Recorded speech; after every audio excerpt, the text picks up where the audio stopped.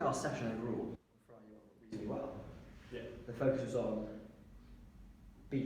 as for the defenders, stopping that ball being organised. Yeah, yeah. So it's about organising themselves, and we try to do that by getting them to organise themselves as a team, as a defensive unit. In pairs and threes, which would be a very realistic situation, especially as a back two in football. You've got two centre backs, or even three.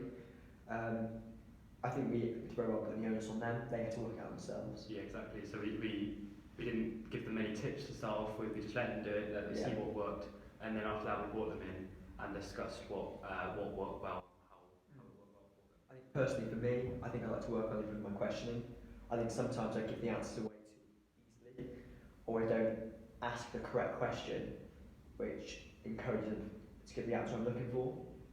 So what could you do to perhaps improve on that? I think maybe when I'm planning the session, thinking about the questions I could ask. Perhaps the key points. Yeah, the key points. Yeah, and think about how when I actually do the session, different scenarios that could maybe come up, and different situations which allow me to think about the questions I can ask. Okay, and building on that point from me, I think my focus could have been to be more individualised by my feedback, because there was a variety of abilities in our group on Friday.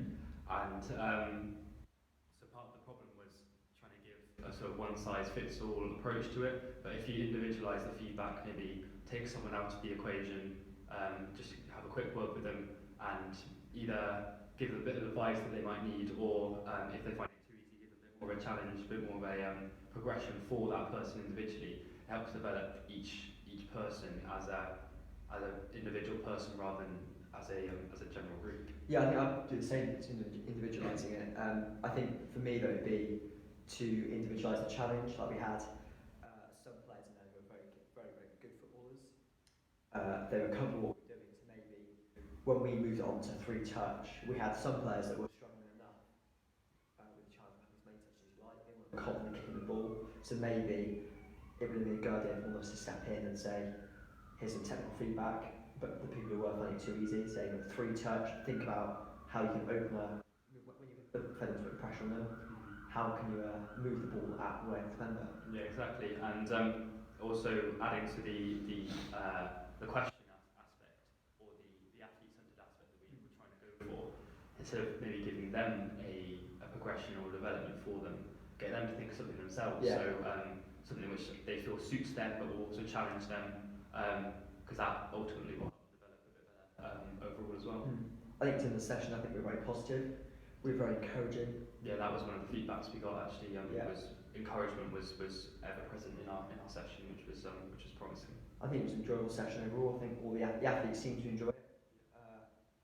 And as you said earlier, it was a very good. Well, it's well adapted to a game, so you can easily put that in a game. So as you said, with the central defenders, it's a drill or a game which the athletes found fun, but was also very relatable to a game situation. And I think also if we can move on from central defenders to maybe central midfielders, to maybe have when we allow them to put pressure on them, we can adapt that more to attackers putting pressure on the back line. Of course, yeah. Good. Done.